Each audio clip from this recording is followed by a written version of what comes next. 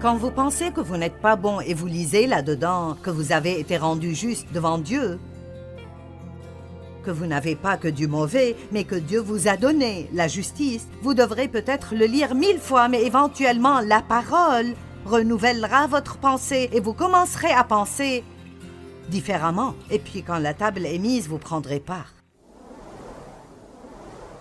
Père, nous te remercions pour la parole aujourd'hui. Et nous apprécions tellement toute personne que tu as amenée pour que nous puissions tous être ensemble aujourd'hui. Et je prie que leur vie soit impactée par la parole de Dieu pour que je puisse dire seulement ce que tu veux que je dise et pour qu'ils soient très attentifs et écoutent et reçoivent spécifiquement ce que tu as pour chacune de leur vie. Au nom de Jésus. Amen. Psaume 23. Le Seigneur est mon berger. Il me nourrit, me guide et me protège. Je ne manquerai de rien. Il est mon berger, pas juste un berger. C'est personnel. Et ça ne veut pas dire que nous ne voudrons jamais rien, mais ça veut dire qu'alors que nous attendons les choses que nous voulons, nous pouvons être parfaitement satisfaits où nous sommes. Il me fait reposer dans de verts pâturages frais et tendres. Il me dirige près des eaux paisibles et tranquilles. Il restaure et rafraîchit ma vie, mon âme. Il me conduit dans les sentiers de la justice, droiture et justice devant Dieu, à cause de son nom. Quand je marche dans la vallée de l'ombre de la mort, je ne crains aucun mal, car tu es avec moi. C'est ici que nous étions arrivés, et nous allons continuer d'ici du milieu de ce verset. Mais d'abord quelques faits à propos des moutons, parce que nous avons des personnes ici qui n'ont pas été au reste de la conférence. Jésus s'appelle le bon berger. Pourquoi dire de lui-même être un berger? Eh bien, être un berger et s'occuper des moutons était très important en ce temps-là. Et alors, dans la parole de Dieu, Dieu a très souvent utilisé des choses naturelles pour marquer un point spirituel. Et alors, quand il dit qu'il est notre bon berger, ça veut dire qu'il est responsable de nous, notre gardien. Il se comporte avec nous de la façon dont un bon berger se comporte avec les moutons. Et il y a beaucoup de faits intéressants et de choses qu'on a vues. Mais nous sommes appelés des moutons. Il est le berger et nous sommes les moutons.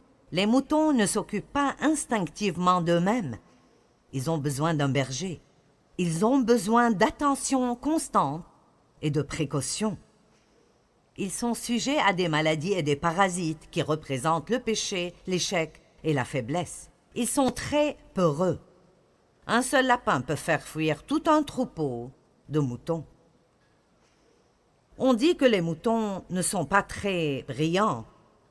En fait, si vous lisez le livre sur les moutons que j'ai lu, il dit qu'ils sont stupides. Ils sont têtus.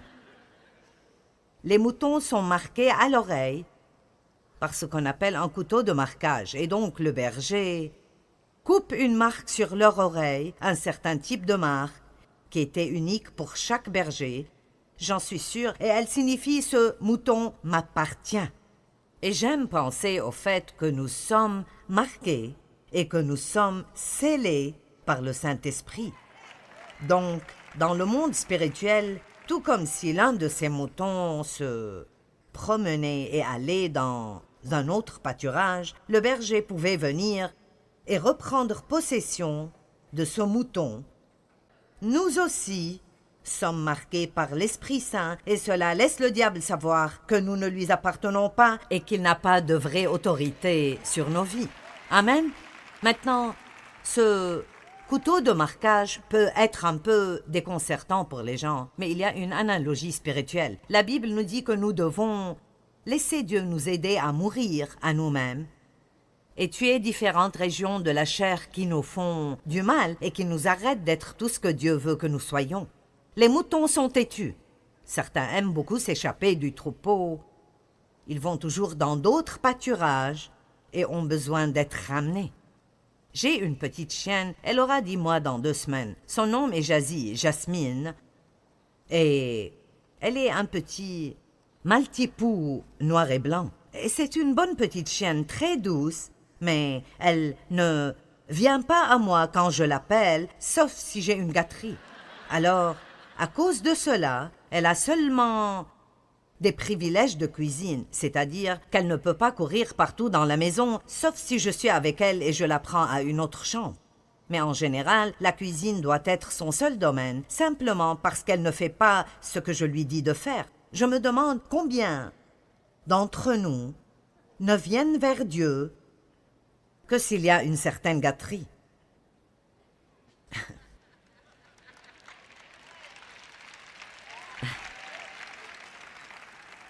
Et alors, nous n'avons que des privilèges de cuisine ou, vous savez, certains petits privilèges. Il y a la maison entière à laquelle Dieu voudrait que nous ayons accès, mais nous ne pouvons pas parce que nous n'écoutons pas quand il nous dit quelque chose.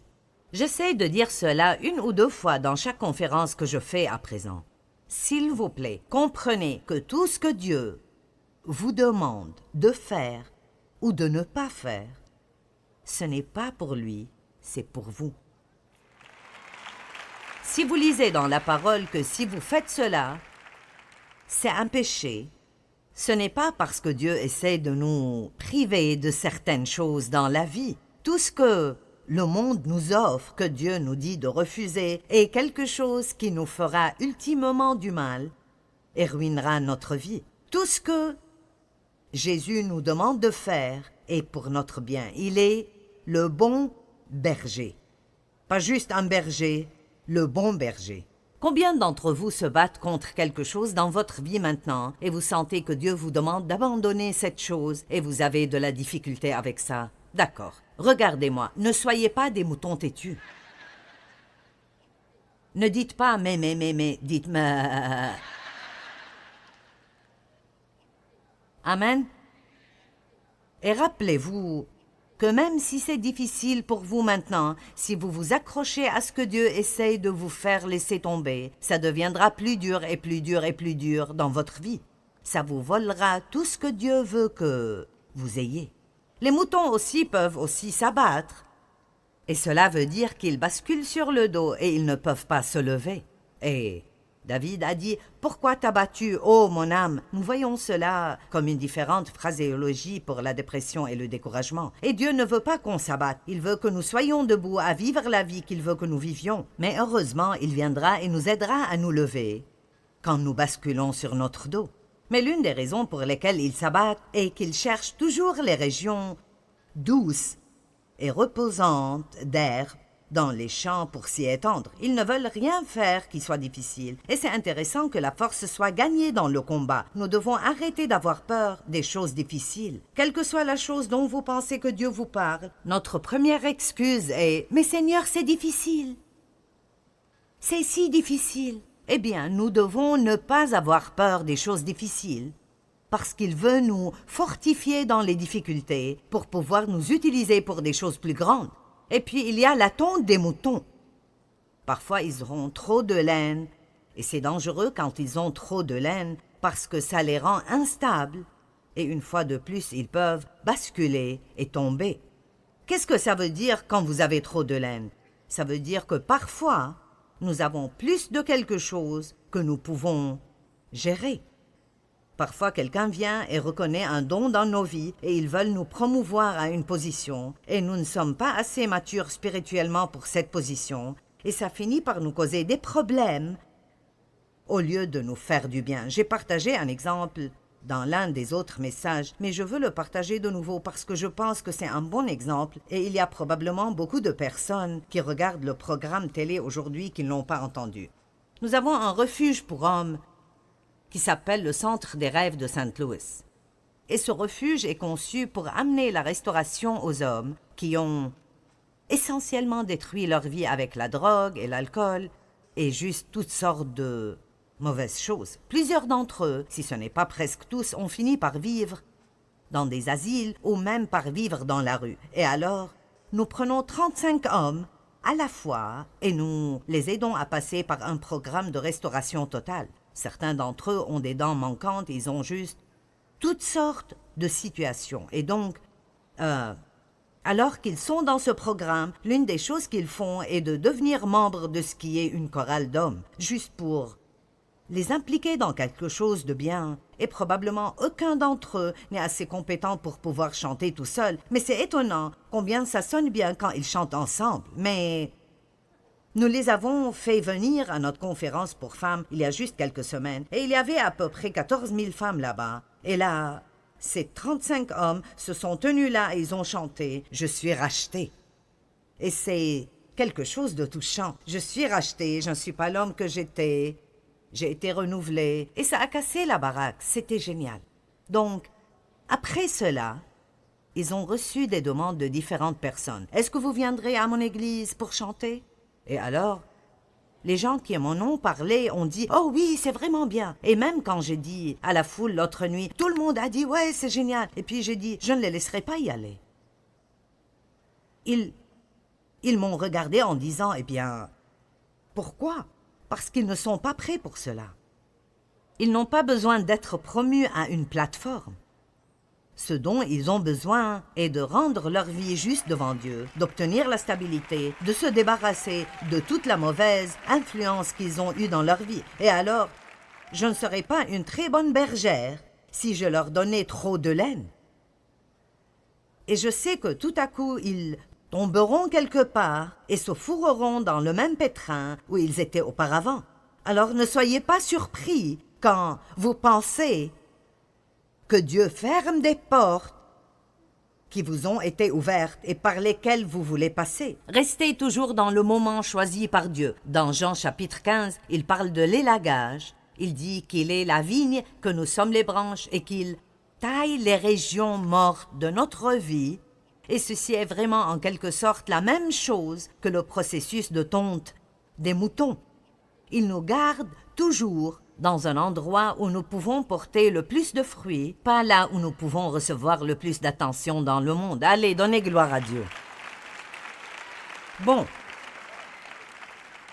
Alors maintenant, nous allons lire le reste du psaume 23 et puis nous allons commencer. Ta houlette et ton bâton me guident et me rassurent. Maintenant, je ne connais pas beaucoup de gens qui sont très intéressés à la houlette et au bâton. Tu dresses devant moi une table en face de mes adversaires. Tu oins d'huile ma tête et ma coupe déborde. Oui, le bonheur et la grâce m'accompagneront tous les jours de ma vie, comme l'amour fidèle, et j'habiterai dans la maison de l'Éternel pour toujours. Maintenant, la houlette et le bâton, voici à quoi ils ressemblent. Ceci est le bâton, et c'est juste un long bout de bois avec une poignée à l'extrémité, et le berger s'entraînait littéralement pendant une durée incroyable et devenait très précis quand il s'agit de jeter cette chose, pour soit chasser des ennemis, comme si un loup approche ou un lion, mais il le jetait aussi parfois vers le mouton, si celui-ci s'éloignait, s'attirait des ennuis ou faisait quelque chose. Il ne le faisait jamais pour aucune autre raison que de les garder en sécurité. Et très souvent, quand quelque chose nous fait mal dans la vie, nous ne comprenons pas pourquoi Dieu ne nous délivre pas de tout ce qui est inconfortable. Écoutez, même quelque chose qui nous fait temporairement mal peut ultimement finir par être très bon pour nous et nous devons croire que Dieu, en ces moments, tient notre intérêt à cœur et ça finira toujours par être bien. J'ai écrit dans mes notes, même un nom de Dieu est une bonne chose. Ce n'est pas toujours bien d'entendre oui de Dieu et alors, ceci est le bâton. Et ceci, vous avez vu des images de bergers, je veux dire, ils marchaient avec ceci tout le temps. Eh bien, ils ne le portaient pas pour eux-mêmes, ce n'était pas vraiment une canne. Ils l'utilisaient pour ramener des moutons rebelles. Ils sortaient, le mettaient autour du cou et les ramenaient. Donc, j'ai amené un mouton ce matin.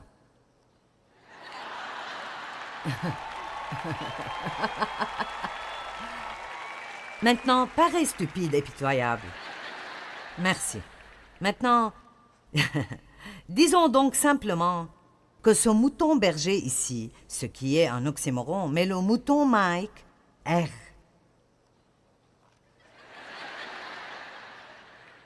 Restons juste ici, là où tu as besoin d'être. Une autre chose pour laquelle elle est utilisée, et j'aime cela, est d'examiner leur laine pour voir s'il y a des parasites. Et alors, ils le mettaient là et cherchaient. Je pense que c'est de là que vient l'expression « tirer la laine au-dessus des yeux ». Nous devons laisser Dieu examiner nos vies, et quand il trouve des choses là-dedans qui ne sont pas bonnes, maintenant, ce bâton et cette houlette, mets-toi là et sois un bon mouton. Ce bâton et cette houlette sont emblématiques de la parole de Dieu.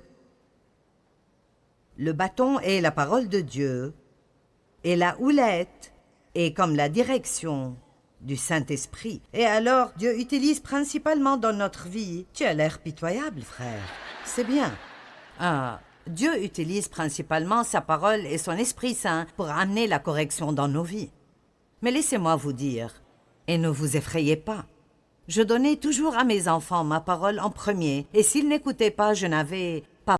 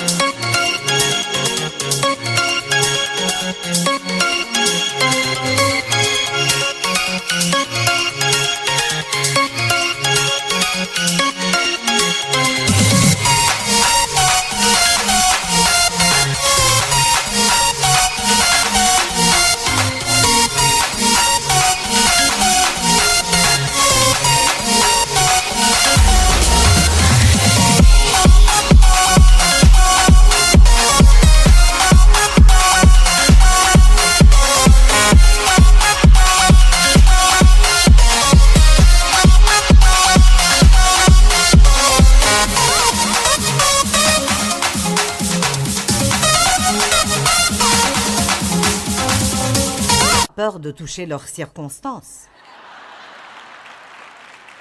Allez. Donc, une autre chose pour laquelle ils utilisaient cela, et c'est génial, est que si un mouton était solitaire et aimait s'éloigner tout seul, tu n'as rien à voir avec qui que ce soit. S'il était solitaire et le reste du troupeau était là, il l'utilisait pour ramener ce mouton dans le troupeau pour qu'il ait la bonne compagnie avec d'autres moutons. Allez. Certains d'entre vous sont solitaires. Merci, Mike. Vous allez et vous vous asseyez à la dernière rangée de l'église tout le temps et vous ne voulez parler à personne et vous ne voulez être impliqué avec personne et Dieu devra peut-être vous poursuivre avec le bouton ou la houlette et vous ramener dans le troupeau et vous aider à être impliqué. Maintenant, la parole de Dieu est merveilleuse. Parfois, je ne sais même pas comment expliquer aux gens combien elle est merveilleuse. Vous savez, ce ne sont pas des mots normaux et ordinaires. Vous n'êtes pas venu jusqu'ici pour m'entendre parler aujourd'hui parce que je suis là en train de parler. Oui, je parle, mais ce que je dis est vraiment substantiel.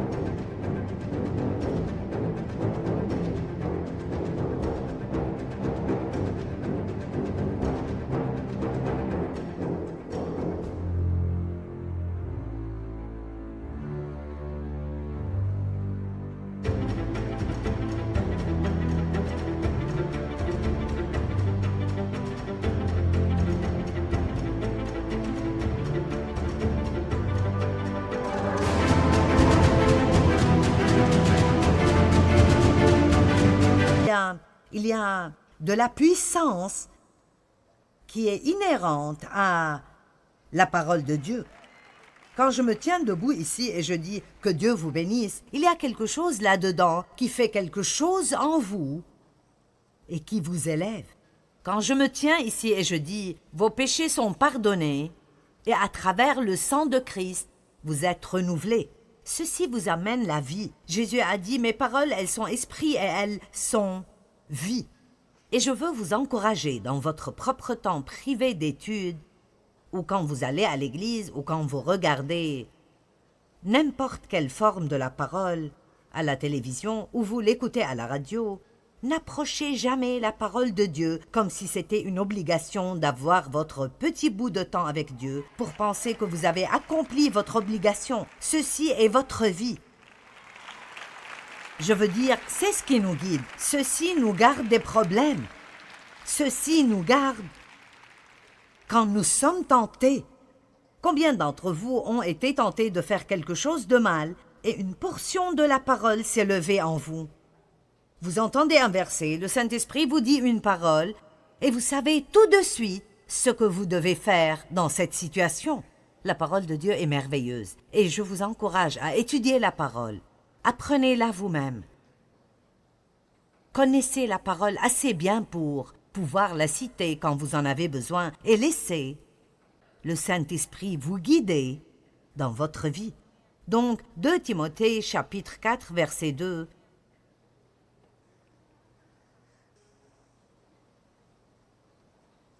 Vous savez, nous avons,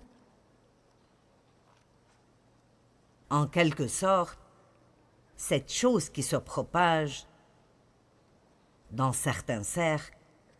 Et je n'aimerais pas me tenir devant Dieu et faire un compte-rendu du don qu'il m'a donné si je ne corrigeais jamais personne avec la parole, ou si je ne lui disais jamais ce qu'il ne voudrait pas entendre. Et très souvent, nous faisons cela parce que nous avons peur de perdre les gens si nous leur disons la vérité. Eh bien, l'essentiel est que mon travail est de servir Dieu. J'espère que vous m'aimez, mais j'essaie de vous sauver la vie. Vous savez,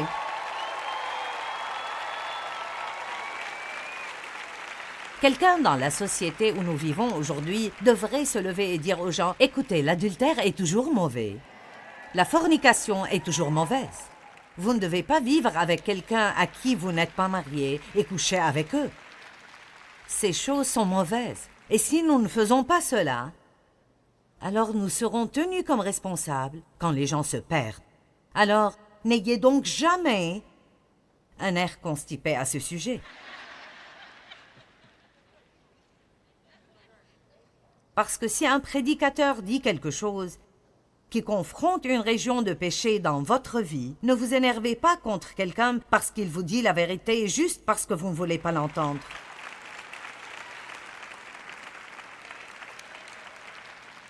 Le dessert est bon, mais à force, vous mourrez.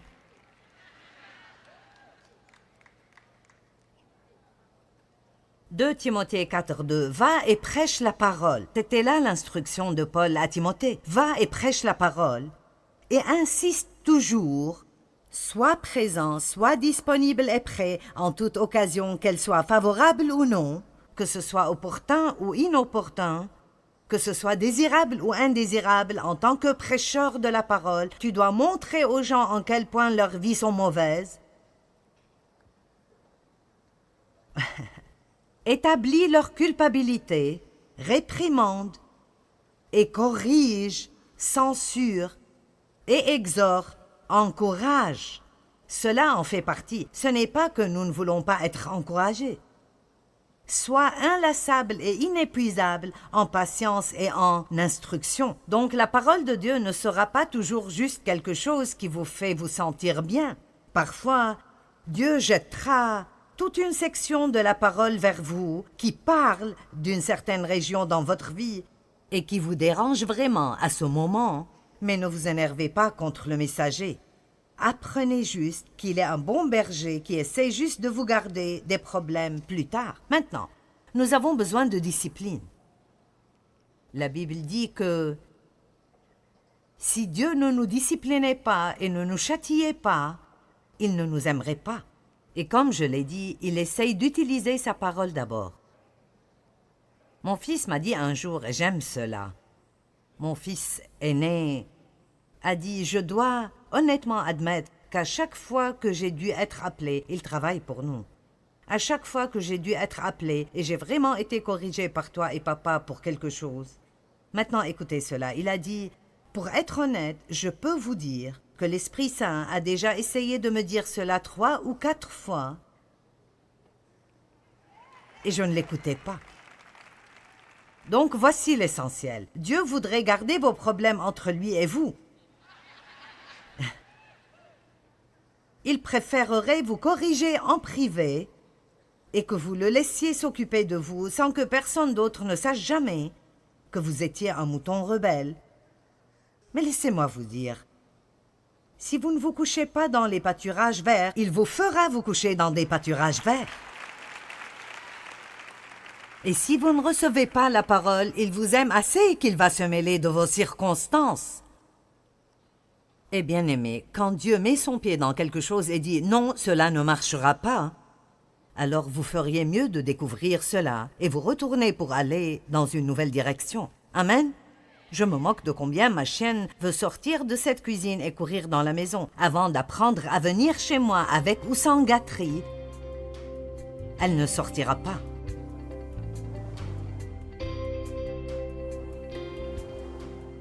Nous voulons toujours nous rappeler que Dieu est un bon berger. Et même si des choses sont peut-être arrivées dans votre vie et elles ne semblaient pas être bonnes, Dieu est toujours bon. Et je veux vous encourager à toujours le rechercher pour qui il est, et non seulement ce qu'il peut faire pour vous. Comme je le dis, recherchez sa face et pas sa main.